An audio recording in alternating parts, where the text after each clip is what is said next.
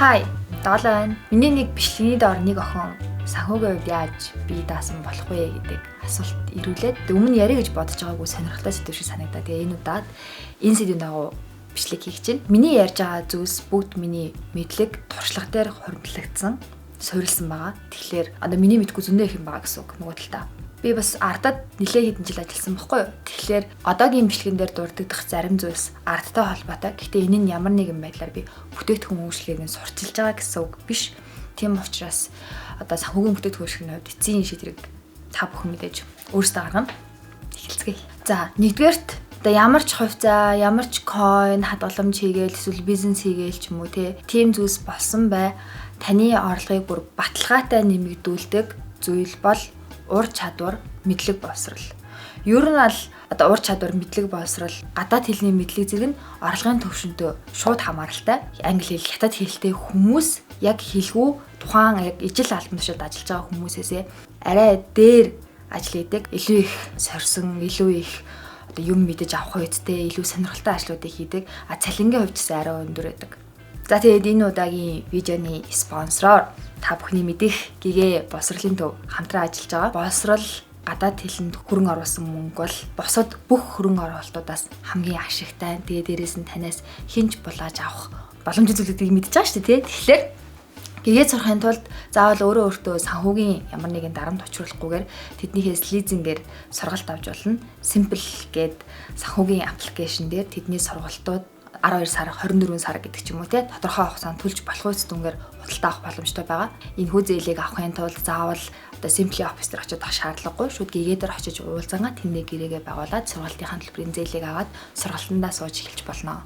За тэгээд мэдээж одоо хідэн төвшин суух хэрэг хугацаа зарцуулахаа мэдхийн тулд гэгээгийн Facebook пэйж рүү холбогдоод өөрхөн хэлний төвшин тогтоолгоод цаашаага хідэн төвшин сурах тэр нь хэдэн төгрөг зарцуулах гэдгийг тооцож болно.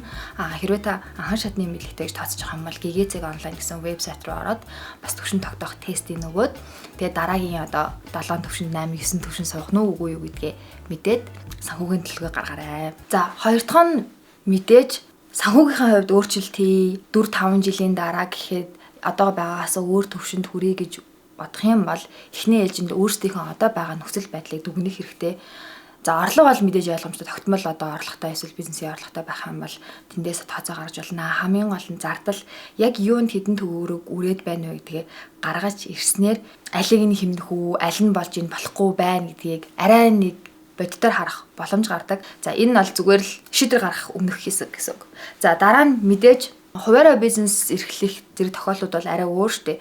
Тухайн хүн өөрөө хөрөнгө оруулаад нөгөө юм хийгээд явна. Тэрнээс гадна одоо тогтмол ажил хийдэг бол яах вэ?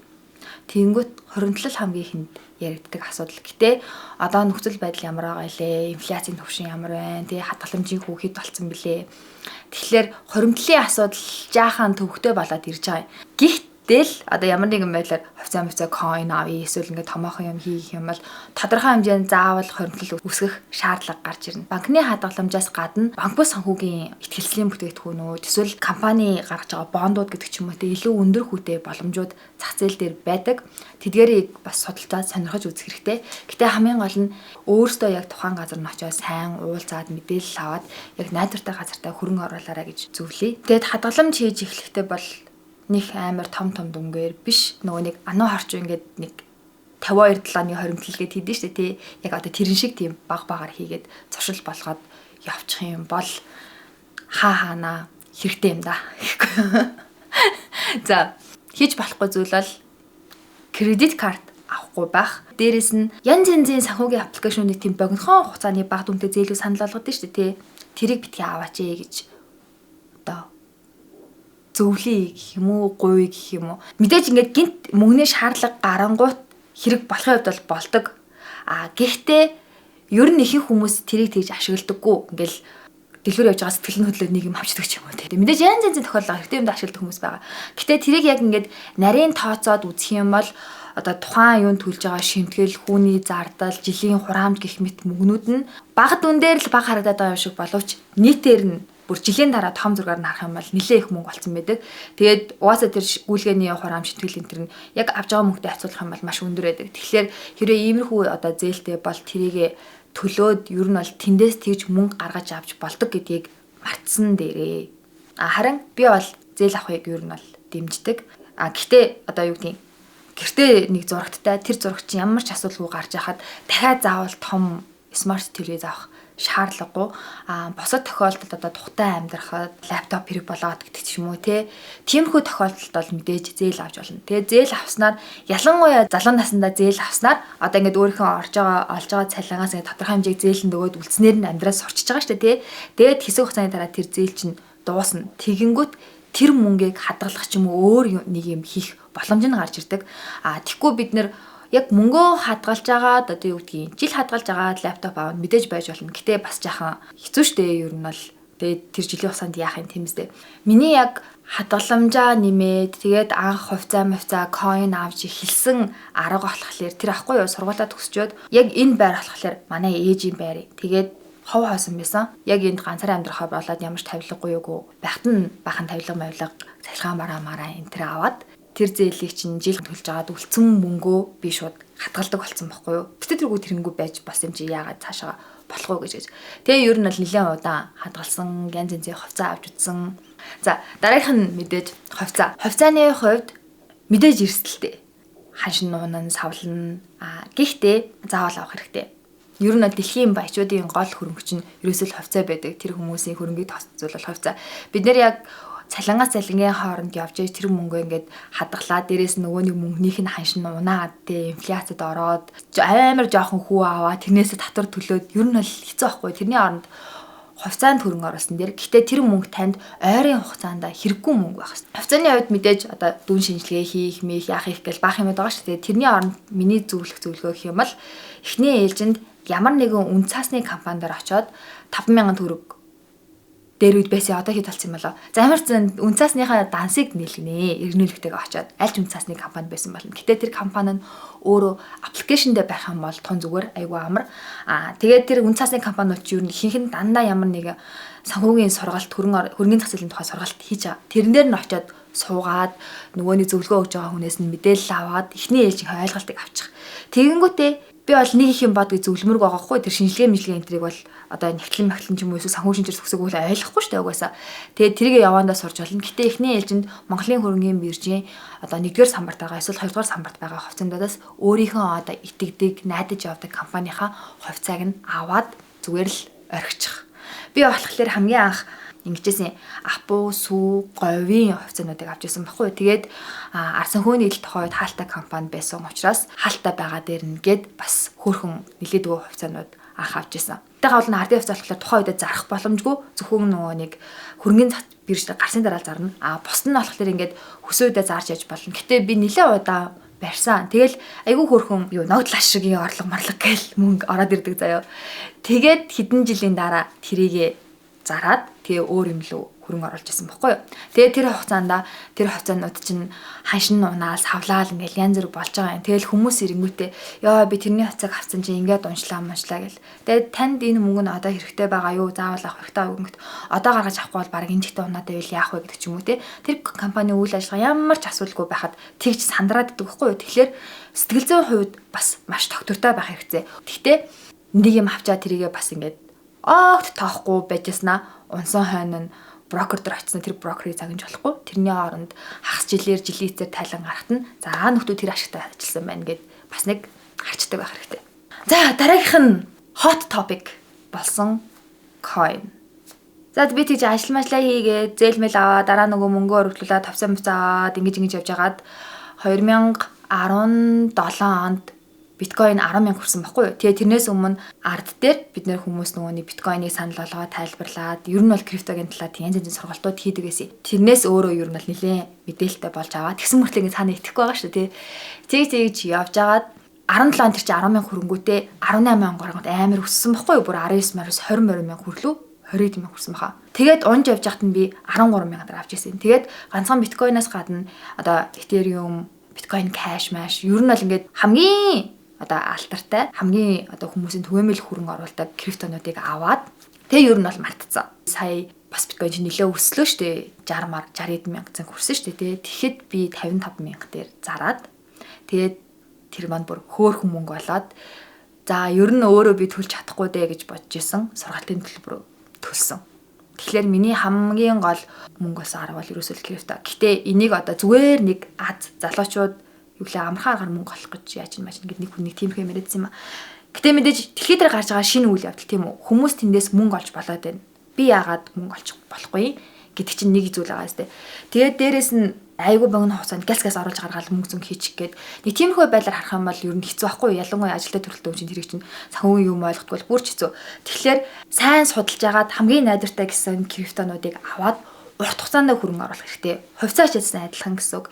Ерөөсөө урт хугацаанд оруулах хэрэгтэй. Гэтэ 17 онд бас яг тийж өсөх үеэр одоо яг ингээд Монголд хаасаагүй ингээд койнууд гарч ирэл хүн болгон мөнгө босгоод байгаа шиг яг нэг тийм болоод айгүй хүн мөнгө алдчихсан байхгүй юу? Одоо Монголд яг тэр үйл явдал болж байгаа. Тэгэхээр хин нэгэн одоо юу гэдэг юм блокчейн, криптогийн талаар, санхүүгийн бүтээгдэхүүн үйлчлэгээ ямар байдаг талаар юу ч мэдэхгүй нэг инфлюенсер гарч ирэнгүүтээ энэ хөрөнгө оруулъя. Тэдэн жилийн нараас таны мөнгө тийм болно. Тим юмд итгэж хөрөнгө оруулж болохгүй.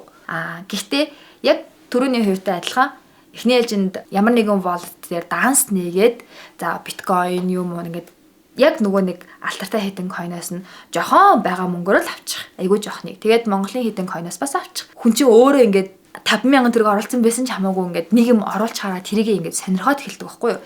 Тэр нь за энэ юу болж ингээд анзаараад эхэлдэг. Тэгэхээр тэгснийхээ дараа бас илүү сайн судлах дээрээ ажиллавал зүгээр ах гэж бодож байна. Гэтээ wallet-а сонгохдоо бас боломжтой байхгүй бол хичээгээр ингээд блокчейн одоо хакер дуулдаггүй яадаггүй гэж байгаа ч гэсэн нөгөө нэг криптогч хадгалж байгаа wallet-ууд маань хакер дуулж болно. Миний хувьд болохоор CEXIO гэсэн wallet-ыг ашигладаг. Гэтээ би бас яг 100% баталгаатай гэж хэлж чадахгүй. За тэгээд бас энэ дээр нэмжлэхэд хил усаа сайн сураад, гадны мэдээллүүд уншаад, энэ тэнд юу болж байгааг анзаарч авахгүй бол зөвхөн Монголд байгаа монгол хэл хүмүүсээс монгол хэл дээр мэдээлэл аваад авах маань өөрөө маш тийм хязгаарлагдмал. Зарим нь бол зөвхөн одоо сул талыг нь ярьж байгаа, зарим нь бол зөвхөн давуу талыг нь ярьдаг ч юм уу те. Тэгэхээр ер нь бол гадны их сурвалжуудаас хаанаас нь тэнцвэртэй мэдээллүүдийг олж авах нь чухал. Тэхийн тулд англи хэлээ сураарай. За урт хугацааны хувьд бидний эрүүл мэнд боловсрол бол хамгийн чухал. Эрүүл мэндийг бол мэдээж ойлгож байгаа шүү дээ. Нодлон уршны интервьюас өөртөө байсан зарим хувьцаа койнуудаас ингэ тодорхой хэмжээр зарсан байхгүй яалтчгүй мөнгөний шаардлага гараад. Гэтэ тэд нар дандаа нөгөө нэг миний сургуультай холбоотой юмнуудад зарцуулагдсан. Тэгээ тэрнээс хойш чинь тэд нар ч өсөж байгаа юм. Гэтэ би тэрийг өстой энэ үед зарсан бол би тэдэн төрөний ашигтай ажиллах байж дэмэж дэ гэл нэг тиймэрхүү байдлаар ингээд бодоод хойноос нь шаналаад байх юм бол тэр чинь буруу. Одоо оруулж байгаа юудын хэлний сургалтанд төлж байгаа төлбөрт нь танаас хизээж булааж авахааргүй, хизээж ханшин унахааргүй тийм хэмжээний хөрөнгө оруулж юу гэдгийг мартаж болохгүй. Харин бусад тохиолдлуудад бас ялгаахгүй нэг тиймэрхүү харамсал, шунал, нэг тийм сэтгэл зүйн асуудлаа зохицуулж сурах нь чухал. Ер нь тэгээд тиймэрхүү зах зээлд орсон бол сэтгэл зүгээ бас хянах чадвартай байх хэрэгтэй. Тэр сэтгэл зүй доктортой байх юм бол ялгаа байхгүй уншиж судалж мэдээлэлтэй байх хэрэгтэй. За дараагийнх нь passive income.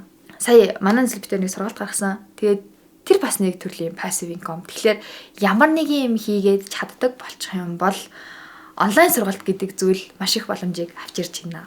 Тэгээ мэдээж энэс гадна одоо интернетээр мөнгө хийх боломж зөндөө байна гэдэг дээ шүү дээ. Ер нь бол хаастл гэсэн үг. Би болохоор хаастлыг нэг их сонирхдаггүй маа. Нэг тийм жижиг сажиг юмнууд ингээд хийгээд байгаад тахлаар зарим нь амар их цаг авдаг. Тэгээ яг чиний нөгөө нэг үндсэн ажил, үндсэн анги орлогоо олж байгаа зүйлээ өдөрт хэдэн цаг зарцуулж जैन. Тэгээд нийт орлогоосоо ингээ хуваад үзэх юм бол би цагт хэдэн төгрөг олж ийн гэдгээ тооцчоод хэрвээ танд орж ирж байгаа сайд хастл яндрын боломжууд тэрнээс бага үнэлгээтэй байх юм бол ер нь одоо хайсан дээр тэрний оронд илүү одоо үнцэнтэй зүйл дасгал хийх ч юм уу тиймэрхүү юмд цагаа зарцуулсан дээр гэж бодож байна. Гэтээ яг залуу ирч хүчтэй тийм байгаа бол go for it. Yeah, why not? За, зайшгүй нэг ярихгүй бол нэг асуудал байна. Тэр нь бет тавих. Яа, бурхан минь. Нилээдгүй хүмүүсээ нэргэн тойронд зөндөө их юм хийгээ, зөндөө их мөнгө цуглуулчаад очоод бет тавиад тэр мөнгөө алдчих юм. Яг нэг тэр нэг таасан баганд хожчих юм бол мөнгө олно л доо. Гэтэ яг тэр чинь ингээд айгүй хэцүү зүйл байхгүй юу? Жишээлх юм бол одоо сая нөгөө нэг болсон дотоогийн дэлхийн авраг дээр бүр ингээд хүмүүсийг хизээж төсөөлж өгөө баг хожсон байгаа байхгүй юу? Тэрийг бүр ингээд хинч таагаагүй заяа. Ер нь бол би тэрэнд амар ихтэй нөгөө хинч таагаагүй. Багийнхан ч өөртөө ингээд өөртөө хожно гэдгийг мдээгүй ингээд гарч ирж байгаа байхгүй юу? Тэгэхээр чин тийм байхад яаж тэр бетнес мөнгө олох вэ гэдэг чинь ер нь бол хэцүү. Тэгээ бас нэг амар олон дагагчтай хүмүүс тэрийг ингээд айгүй урайлаад мөнгө олж ийн, ингэж болж ийн гэж урайлж ийн лээ. Гэтэ тэр бол нөө битгий тим хийгэрээ л гэж хүсээ. Тэрний оронд нэг компани хувьцаа аваад тэрний оронд биткойн аваад тавьсан дэр байхгүй. За тэгээд эцэст нь дүгнэхэд ч штэ. Одоо байгаа яг миний нөхцөл байдал юм. Гэтэ мэдээж одоо миний амьдралын хэм маягуур би одоо хүүхд мөхтэй болоогүй тий. Гэтэ ирээдүйд юу гэж боддог вэ гэхлээр хэдэн жилийн дараа гэхэд ер нь нэлээд өндөр тийм нэг хамгаалттай эрүүл мэндийн даатгалуудыг одоо хэдэн саяхан хураамжийг төлөөд асуудалгүй авдаг болох хэмжээний баймаар байна. Мэдээж байр маяр гэдэг асуудал гарч ирнэ. Яг нэг ипотекийн зээл авах боломж байсан ч гэсэн авахыг хүсээгүй. Тэг ч юм бол амар нэг тийм юм хүмүүнд уягдах гээд байгаа юм шиг санагддаг байсан. За тэгээ одоо мэдээж шал өөр газар очино, өртөг зардал өндөртэй. Тэгээ тэндээ сургалтын төлбөрийг олно, ажиллаа хийн, түрээсээ төлнө гээл тэ. Тэгэхээр яг одоо байгаа нөхцөл байдлаас маань тэнд очингууд санхүүгийн нөхцөл байдал бол нэлээд өөрчлөгдөнө. Мөн хүмүүст бас нэг хэлэх зүйл бол хэрэг хүүхдтэй бол хүүхд мөхтийн сургалтын төлбөр оюутан болох юуг нь эртнээс бодож авахгүй бол ингээл зарим нэг манай хамаатан дунд ч юм уу эсвэл ингээл таньдаг хүн амтны дунд гардаг нэг асуудал. Хүүхэд нь ингээл амар жоохон байж байгаа л гинт нэг өглөөс эрэхтэй 18 хүрээл гинт оюутан болохоор болсон юм шиг ханддаг байхгүй юу? Гинтгийн л юу илээ манай хүч оюутан билүү сургалтын төлбөр явах илээ гэл. Тэр хүүхэд чинь том болно, өснө, ирээдүйд сургууль соёлд явна те. Нэг бол ямар нэг юм хийн, байр сав мав гэл явна штэ те. Тэгэхээр ер нь бол тиймэрхүү юмд эртнээс бэлтэж явах хэрэгтэй. Тэтгэврт гарна. Би ер нь бол яг өөрийгөө төсөлөхдөө бол ингээд тэтгэврт гарахаасаа өмнө нэг тийм баян анаа болчихно гэж төсөөлж байгаа. Гэхдээ яадаг ч байсан тэтгэврийн хоримтлал бол бас заавал хийх хэрэгтэй. Санхүү одоо зах зээлтэй холбоотой янз бүрийн мэдээллүүдийг сүүлийн үед айгүй гоё таймлоод хүргэж байгаа Lemon Press гэдэг компанигаа ажлын өдрийн өглөө 7 цагаас санхүү хөрөнгөний зах зээл, крипто зах зээлтэй холбоотой өөр ингээд бусад мэдээллүүдийг мэйлээр ирүүлдэг. Тэрийг уншаад бас тодорхой хэмжээний мэдээллүүдийг авч болно. Гадныг гэх юм бол ихэнх нөөний YouTube-руудын сурчлагдаг Morning Brew гэдэг бас нэг тийм mail subscription үйлчилгээ байдаг. Гэтэ бүгдээ үнэгүй. Тэднийг бас сонирхоод тогтмол мэдээлэл авч байна. За тэгээд яг ялгаахгүй гадагшаа сурын морё гэж бодож байгаа хүмүүс байх юм бол зөвлөхөд хэлний бэлтгэлийг Монголд хийгэрээ. Монголда хэлээ сайн сураарай. Тэгэх юм бол гадагшаачд хэлний бэлтгэл сурж амуурж байгаа зөндөө хүн хөрөхгүй. Шууд сургуультай сураад эхэлчих юм бол хамаагүй их мөнгө хэмнэн. Монголда хэлний бэлтгэл хийгэрээ. Гээгээ сураарай. Таалагдсан байх гэж найдаж байна. Bye bye.